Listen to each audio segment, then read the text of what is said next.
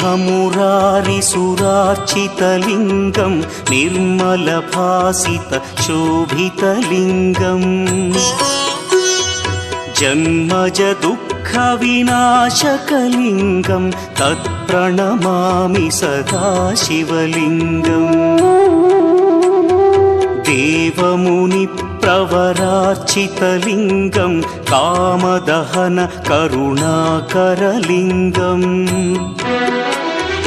रावणदर्पविनाशकलिङ्गं तत्प्रणमामि सदा शिवलिङ्गम्